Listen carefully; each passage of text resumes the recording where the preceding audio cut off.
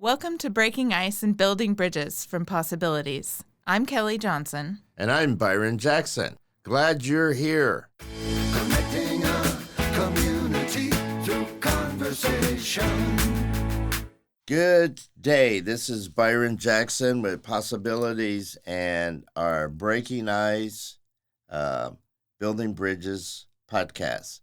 I can never remember the name. I can barely remember my name.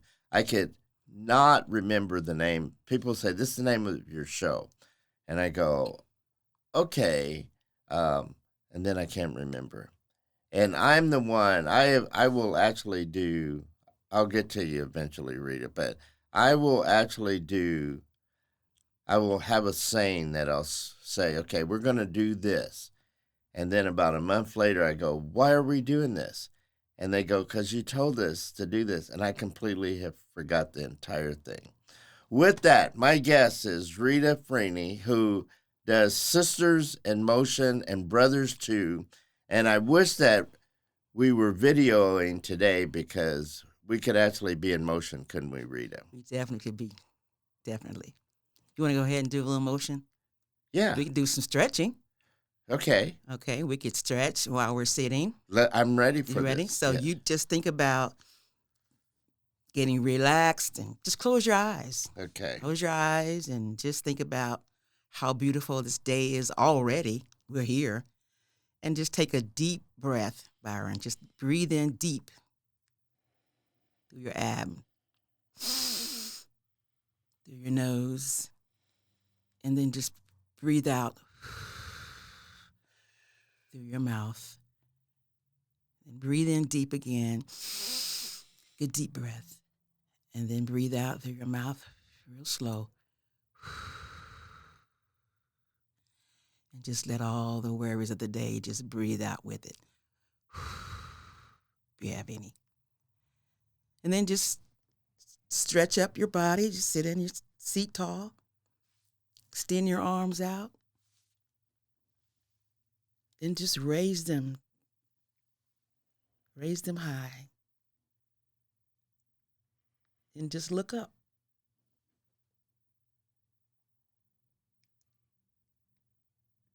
And extend your arms out again. Stretch them wide.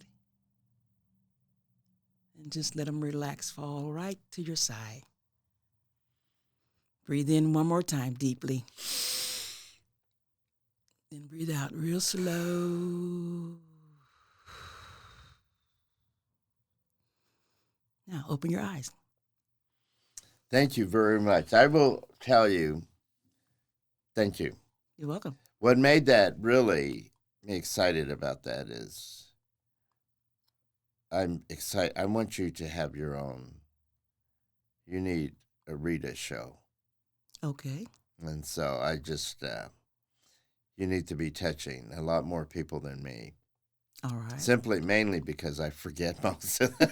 So you need an audience that will remember. You think so, Byron? You're so good at this, though. That's what I was thinking when I was riding over. I thought, when I first met you, you are a unique person to meet for the first time. And I remember we were in the park and you were doing the DJ for the neighborhood That's night right. out. Yes. Remember? And you didn't know me. I didn't know you. But I find you and have found you to be somebody really unique. And you're just good at connecting people anyway. So. Well, thank you. It is highly a gift where I try to be a vessel to pass on, to let people pass through me so that they can connect. Mm-hmm. And that is, I think, why I'm here on this planet, is to allow people to pass through me so that they can meet one another.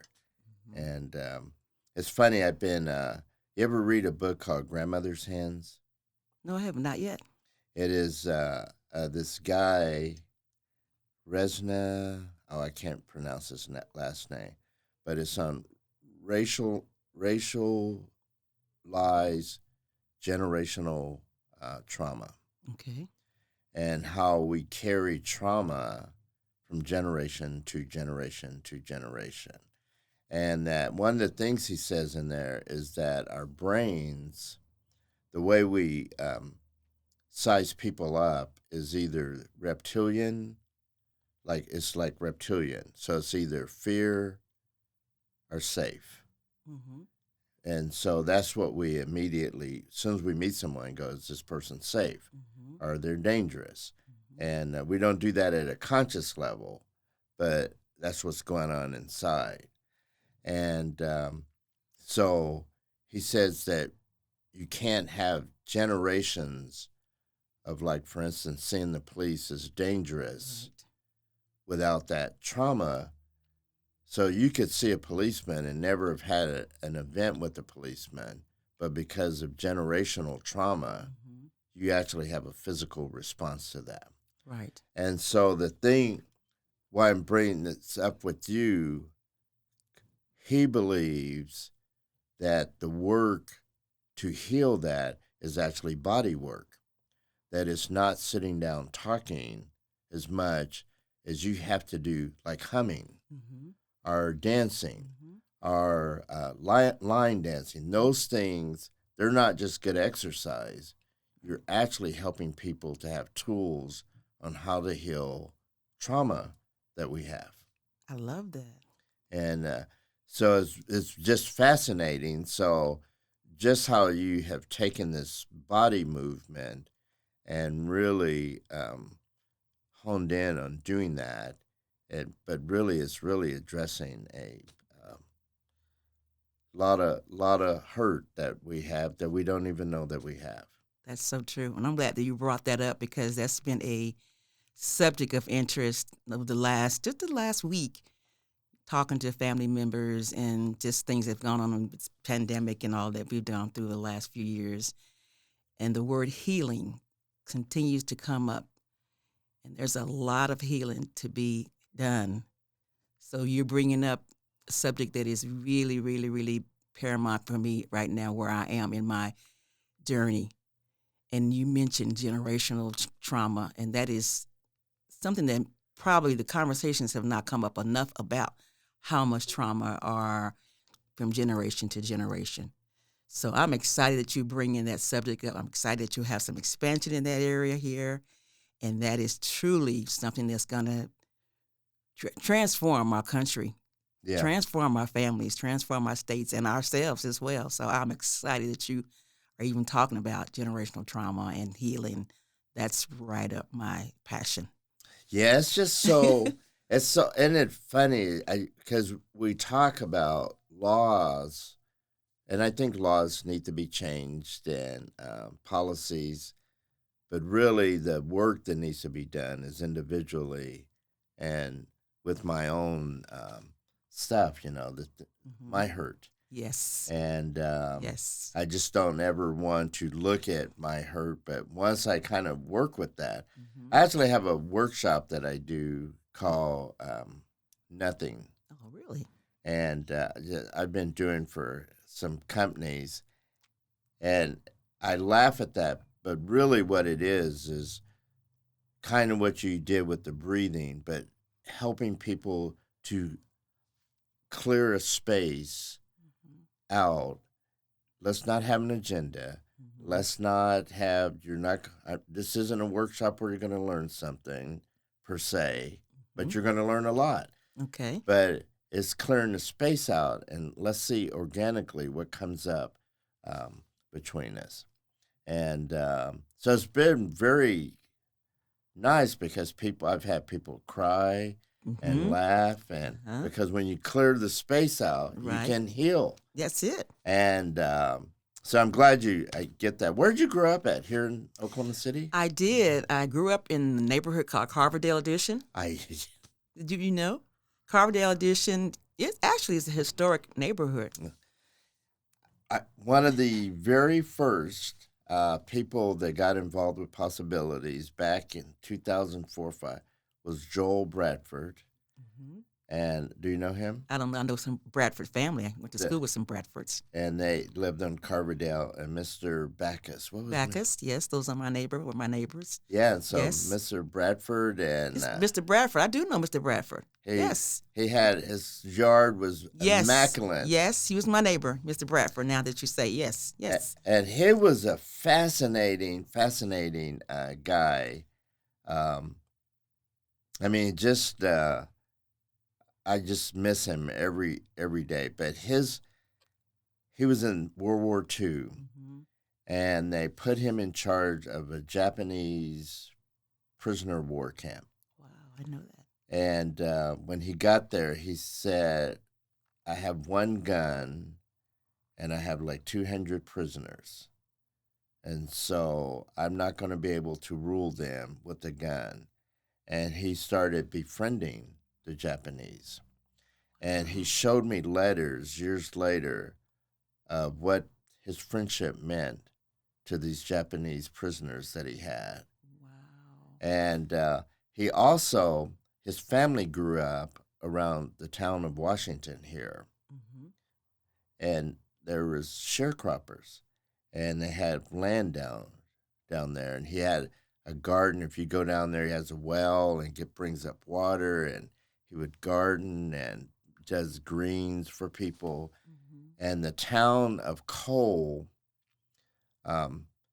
he started taking care of that, and somebody burned down. They had a school that was an all-black school, and somebody burned the building down. Mm-hmm. And the town of Cole came in and rebuilt the school and kind of adopted this piece of land that's just it was all black in the middle of, Wow. and so. Wow, that's really interesting. And I grew up with him, but I would have never known that's part of him until you said that about him, Mr. Bradford. As a matter of fact, before he passed away, I had spoke to him about Carbondale neighborhood and all the work he had done with the association. Yeah. And we didn't get a chance to talk anymore before he passed away.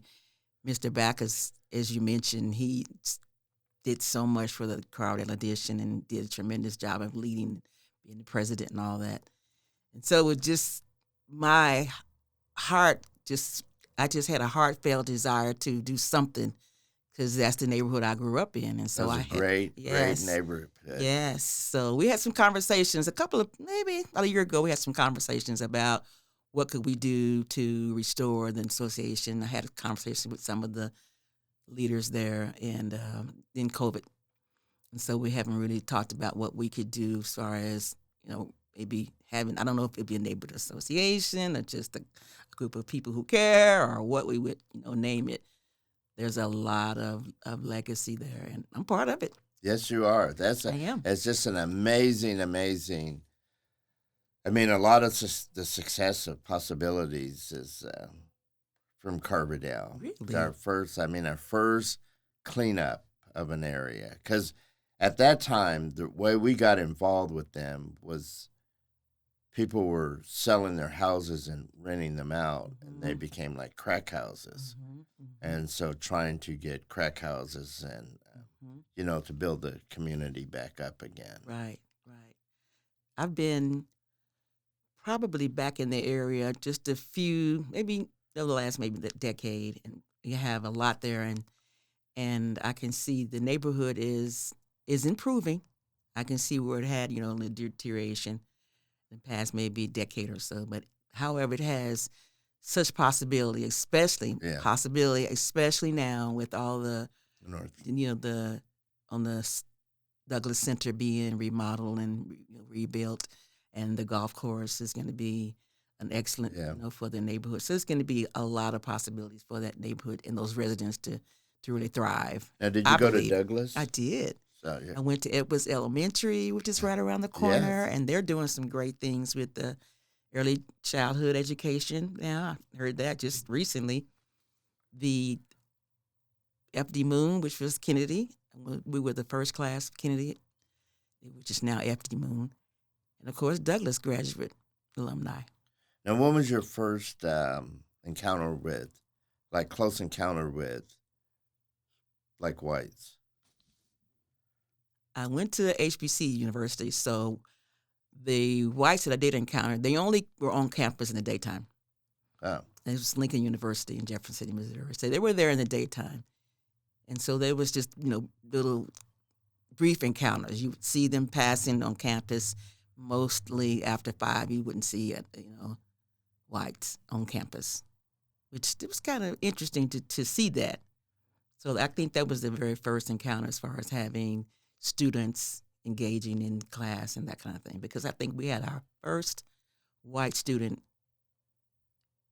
before we graduated. We had one white student in our graduating class. I remember I went to up in Denver. I was at a all-black school, and we were going to be bused the next year. But I remember we were talking about white people like we're going to visit like aliens on another planet. Mm-hmm. And I remember like we was going, and all their butts are flat.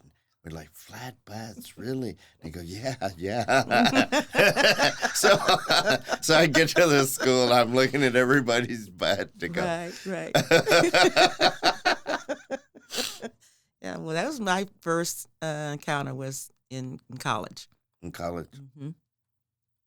So it is interesting. My first probably was in middle school. Okay. And so, which was junior high at that time. And, it was fine. In high school, I really blended well. I just feel like that you're talking about callings, that my calling is to always be a bridge between races. And that started happening very early in my life. So you went to school, you grew up in Denver? Yeah. Okay. I could see you'd had more, exposure in another state. I remember when Martin Luther King got killed and we had like a riot. And for some idiotic reason, the school decided to keep school going that day. Mm-hmm. Well, then all the blacks from the all-black school, and they surrounded like our school. So every time the whites would leave, they would get beat because it was intense. Mm-hmm. And I remember having white friends asking me, could I walk them to their car? Really? And I have no idea where I got the courage to do that, but I walked them. I walked them to their car. I remember people like screaming, but nobody bothered us. And so I had a lot of confusion, but I really did see that my calling was bridge building. Mm-hmm. Looking back, I go. And so my family would always go, oh, my God, he's bringing a Mexican home. He's bringing a white person home. Oh, yeah. And so That's cool. That's cool that you had such an early experience of diversity already. That definitely, says that's what you're called to do, is be a bridge. My family would always give them the Chitlin test for my close friends that were white. And so I would tell them, I'd say, no, you don't have to eat these, but my family, they'll be polite to you, but you're not in until you like some chitlins. And so they would go and they go, Well, they're pretending like they're like that. But once they did that, they're like in with because you could tell when you were in my family because they would start giving you crap. Mm-hmm. Okay. If they were polite to you, you weren't in. You're out. I love it. Well, tell me a little bit about how Sisters in Motion started. Actually, Sisters in Motion started out of my own personal health journey. Huh. I can remember I was working in corporate, working in the customer service industry. Where at? Sprint. Oh, okay. Sprint, and working in customer service in different areas. And when you work in a call center, which is a call center environment, sometimes you don't have a lot of movement. You have a chance to get kind of move around. And so I decided that after almost a decade that I needed to make some changes health-wise. So I had began to, gain weight and, energy, didn't have a lot of energy and that kind of thing. So I had to do something different. So I just made those personal changes. And from that, walked in the neighborhood, gathered some friends. We thought, oh, this is great. Let's start a group. And then we had these snazzy little cute T-shirts made. People start seeing them. What is that? And they thought, okay. So we gave it a name. And out of that, just my own personal health journey and just started to make some changes myself. And just grew into a camaraderie, a support system, a whole accountability. Now, what would your vision be? If Sisters in Motion could be anything in the world, what would you like it to? I would like to see it be a connector, a connection of people, a connection of ideas and dreams, and for people to really see each other and be there for each other.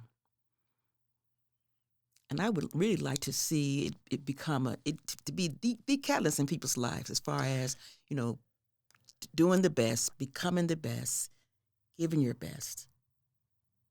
And I think that we've done a lot of that already, just the support of the team thus far. You said in there to see each other. What do you mean? I think we, like you said in the beginning, we see each other, and then we don't see each other. We see each other, but we don't see each other.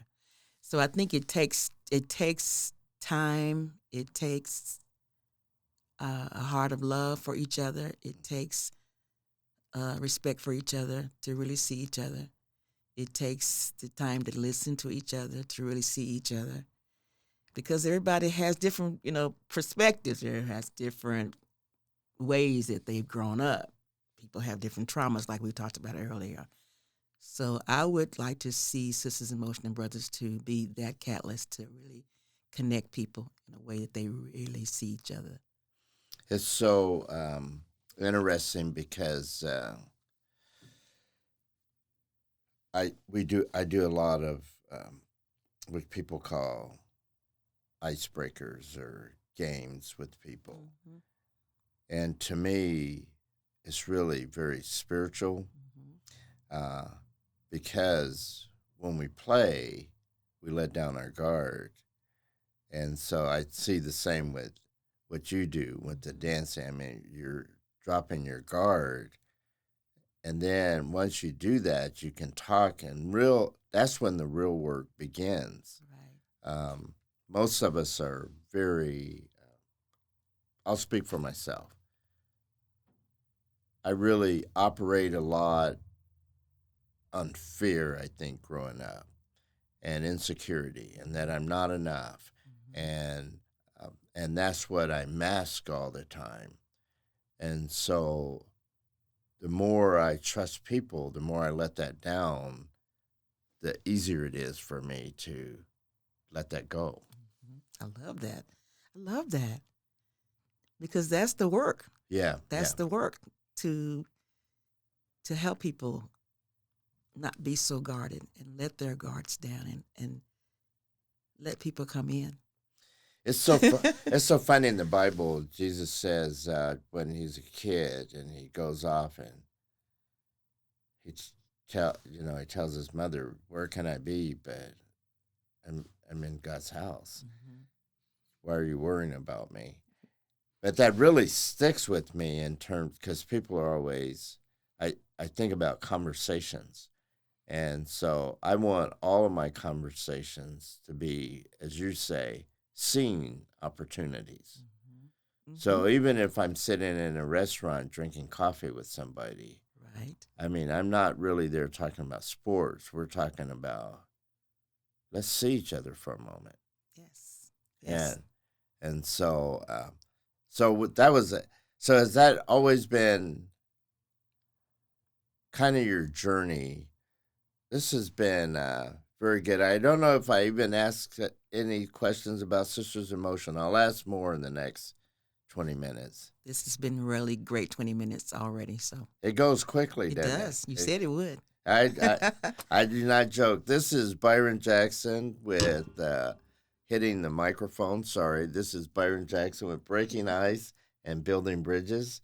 And we'll be right back with Rita Freeney right after this.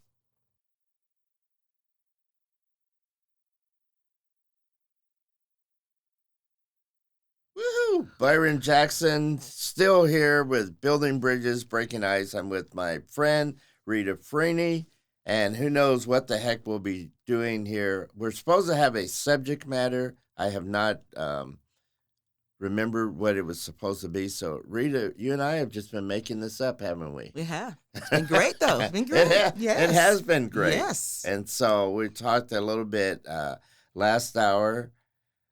Before, I know there's a couple of questions you want to ask. Could I ask one question for you? Sure. Because you also are a very unique individual. Have you had to suffer being unique throughout your life? I would say there has been some, maybe not suffering, just not understood or. That's yeah. So that's part of the suffering, just not being understood or I've always been curious, adventurous, and so that may come off a little strange to people. I've always want to do different things and try different things, which may come off a little different for people. So, isn't it funny how much resistance there is to that? People always say, take a chance, but then you do, and they go, "What are you doing? What are you doing? Are you crazy?" Yeah. So I've been the one that has probably I've taken a lot of risk. And so when you take a lot of risk, you just that's part of it. Now, have you been like that your whole life? I have been like that. I've been a risk taker. I've probably done things that are kind of, a little different. But I've always been curious in that area. I've loved to read, so I'm always reading about other people's ventures and things that they try. And I figure, well, they tried it and they did okay, so why not try? I had that same curiosity, but I really didn't have anyone to guide me. Mm-hmm.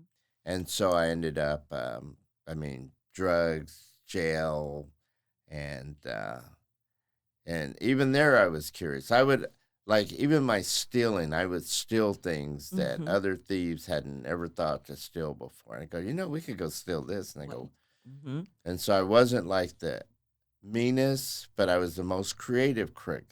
That there was. And but in raising my own children, I remembered that I did not really have anyone that fostered my creativity. And so I always want to do that with, and so my kids are very, very creative now. And when I have one daughter that she spent her senior year in high school in Taiwan. And so, because I know that if I didn't foster her creativity, she would find more destructive ways to do that. Well, that's good. That really speaks volumes for you as a parent, because parents, lots of times they're so busy they don't have the time to really foster and guide their children when their children have lots of gifts and skills and they really just need to be honed in on. So they're working and trying to take care of the family and that kind of thing. So lots of times children do go without that fostering, and I'm hitting the mic again. The fostering of their gifts and talents goes unmet, and I can see that. And that's part of what I would like to see more, maybe, parenting skills for parents to recognize some of the things that their children are really excited about and then direct them in that area. Lots of that. And we didn't have a lot of that growing up as well. So, yeah. That's why I'm saying, really, what you have overcome just to be who you are, there were some hurdles that you had to overcome because the world did not invite you to be doing Sisters in Motion. Right. And so that part is just fascinating to me because it says a lot about the character of who you are and what's important and how strong and how resilient you are and how many times people tell you to just sit down and be quiet. And they still do. You know they still do. You know they still do. But I'm still here. And Yeah. I'm still asked to speak. So there's a lot to say about resilience and just pursue your dream. And I know a lot of times that sounds, just cliche. It's still in you. And it's been in you all the time. The things that's in you, that's always going to be with you. And so if you can just get somebody, like you say, to help you, guide you in those areas, you do need to fulfill your calling. And there's so many people that didn't get to do that. So I'm here to say, find someone, ask questions, get some help in doing what you need to do, and do it. Because there's a lot of people who really regret not pursuing what they really know that they were called to do on this earth. Yeah. I know when I took over as director, because I'll be 70 in June. Me too. May. In May. Oh, you old woman, you. I'm excited about it, though. I am too. I'm still like breathing. Yes. But when I took over as director, I said, okay, at this age, I'm either going for the whole enchilada or not at all. We're not going to play safe. I love that, Byron. And I love that. And so I scare the poop out of my board of directors because I'm just taking chances all the time. It's like this studio here. I mean, when I said that, people go, just sit down and be quiet. Just do what we're supposed to do. And I go, no. Mm-hmm, mm-hmm. So you told me to ask you about bridges. So you mentioned earlier bridges, building the bridges. That's part of the mission, correct? Yes. And when you said that, I had an idea a couple of years ago on that same subject of building bridges and getting people to cross a physical bridge. And so I presented this idea to Home Depot, and they liked it. And they were willing to build the actual bridge. And the concept was to get people of all diverse ethnicities to physically walk across the bridge to each other. And they would make this commitment that we would see each other, that we would go across this bridge and build relationships and connect with each other. This was the commitment. And they would also make a financial commitment, a donation to building the bridge. And of course, COVID, we didn't get a chance to get that done, but they were willing to. I saw the material. They were going to provide the material, and we are going to have an actual experience of taking this bridge around the city to set it up where people could come and actually cross the bridge physically as they're going across. They're connected with each other. They're meeting each other. They see each other, and they make a written commitment. Somehow we track it. We keep it. And then we would go to different areas and do the same. But maybe corporations or families or wherever we could take this bridge and just build relationships and build a bridge, because there's so much division now. And that just came to me.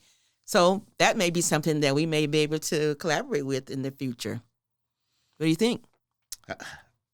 My head is like already spinning on the. Jasmine says Jasmine's yes. thumbing up. I go, okay, so first, how big a bridge does it? Well, we measured the Home Depot truck that could take it was 18 feet. So they could actually provide the truck that would haul the bridge. And so we measured it. So it would have to be at least 18 feet for their truck. Of course, we can get something bigger, but for them to offer the vehicle and the material and building and all that, I said, we could start at 18 feet. I think I love this idea. They were building it. They were gonna build it, and they showed me the material and all that. We just had to put it on hold. And so it just has to be a conversation that has to be made. Again, just revisit the conversation with the company If you manager. revisit that conversation, Mm-hmm. then you and we'll talk Okay. after this, Okay. and then I love the idea. I just You do? Yes. Okay. I just am floored by it, and I was thinking like to go to like a bridge and cross, Mm-hmm. but this way you're actually taking a bridge to Two people. Yes. And so I really love that idea. You can take it to schools and get kids to walk across it and, connect them where I could just envision it can go anywhere. The whole teaching of that, and you could have people do it in silence. Mm-hmm. Then you could have them talk about how it felt, and Yes. what does this mean? Yes. And so, I mean, there's this whole conversation so I love that idea. Very Great. nice idea. Great. And I won't take credit for it, but it's a great, we would be glad to partner on that. And That'd be great. I think it needs to be done. And so with possibilities, and I think about possibilities, and I read a lot of the mission and what you've done, and all things are possible. So I love that you like the idea, and I would be honored if you would tag team me with it Let's or whatever we tag can team it. Let's make this happen. Okay, all right. This is, I'm ready to stop the broadcast now and just start. Make some phone calls. We have a bridge and it's coming. And so I have Kelly, who's the associate director, I don't know what her title is. She actually makes me promise, like I can't have any more new ideas. Right, I get that too. This year. Right. No more new ideas. I get it. So this is great, Rita, because this is your idea. Mm-hmm. So when I bring it to her, she can't say no. Okay, I can't go. This isn't my idea. This is Rita's. Well, actually, it's a God idea, It's and he just using God. me to. Can you say something about it? I said, okay, I can ask. So yeah. Isn't it funny though with leaps of faith? I was actually talking about faith this morning, Mm-hmm. and with leaps of faith, God doesn't give you like a blueprint. Mm-hmm. He just gives you a nudge to take a jump, Oh, and then yes.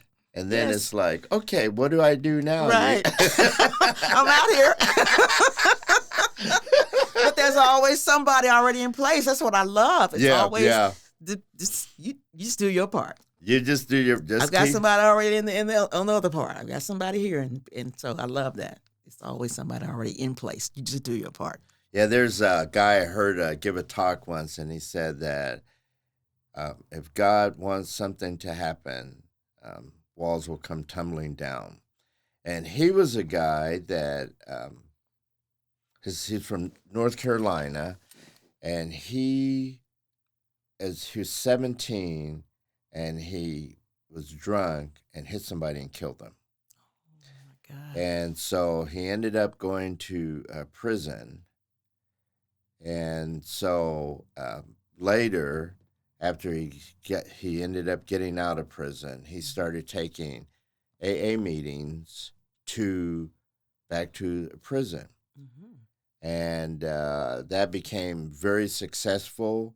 And one day the warden called him in and said, would you be interested in working here? And he says, do you know who I am? He goes, yeah, we know your record and stuff.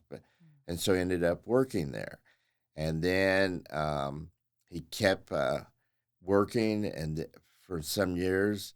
And one day the warden came and said, would you be interested in being the warden of the prison here? Mm-hmm. And he says, do you have any idea who I? And he goes, we know who you are. Right. And so he became warden.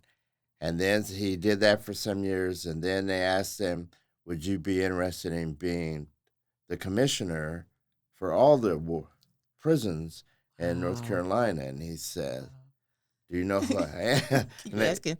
So, goes, yes, we do. And so that's what he did till he retired. And his saying was, if God wants you to do something, walls come tumbling down. I believe that. And, that's what that leap of faith is. If we're really pushed in this direction, walls come tumbling down. And so I'm excited to do something with you, Rita, just because you live that and you breathe that. You just take these leaps, and I would gladly leap with you. I have no idea where the hell we're going to end up, but I'm ready. But I like that you are, and I love that you're the kind of person that I'd love to take the leap with. So Well, I'm thank you. honored. That's great. Yes, let's do So it. hopefully we won't end up in jail. Oh no. And if we do, we got friends. Yeah, I do got friends. I do got friends. You got friends. I was really a very good jail guy. Oh, okay. I mean, I don't want to go back, but I actually got along great in there, and so I never have been very good physically, but I could talk my way out of like anything, and I would cheer people up and tell jokes, And we do need laughter, and we do need lots of joy. Right about now, we do. So thank you for all that you do, all that you bring. Well, thank you for bringing up. I also am very concerned about our division and how serious it is. And COVID was really interesting because it hasn't been probably since the 70s that I have walked around where I wondered if someone was going to harm me because of my race. And also in the 70s, I worried about that because I would be in Norman or something. And in the 80s and 90s, I mean, things were like fine. And suddenly, just with the hostility, Yes. where I look at somebody and I worry, is this person going to do me harm? Right. Or does this person have antagonism towards me? Yes. And I never, and so that is my struggle, is really to overcome that fear myself that I have. But our times are so tense right now. It really, we need a lot of bridges. We do. We need a lot of bridges in a lot of areas. So that's something that we can definitely do together. Well, we're going to do this. So you have it on recording, plus Jasmine. Rita and I are going to go and build a bridge. I'm actually not going to do any of the bridge building, like the hammering. Okay. But I will walk over it. Okay. All right. Well, that's your part. So you just come do your part, and I can do a little hammering. They don't like, my family doesn't let me hammer. Don't let you do any They don't carpentry? let me hammer it. Okay. I don't That's hammer okay. well. That's okay. That's okay. We all have different abilities, so just bring what you have. 1 minute. 3 minutes. All right. Anything you want to cover in our last 3 minutes? Just love the work that you're doing.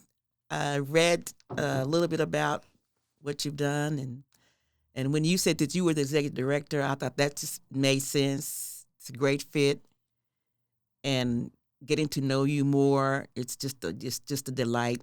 And I just wanted to talk about a little bit about the Zoomathon. It was just the blast, and it was just so good that we got a chance to be a part of that. And like I said, you were the perfect host for the Zoomathon. And I hope all went well with the effort, because it was just amazing. Our team loved it. I got to see more of you and who you are and how you are. You're just a wonderful host. Well, thank you. That's part of your gift as well. You're just a great host. And it was so much fun to come and do that. And it was a great place to do it.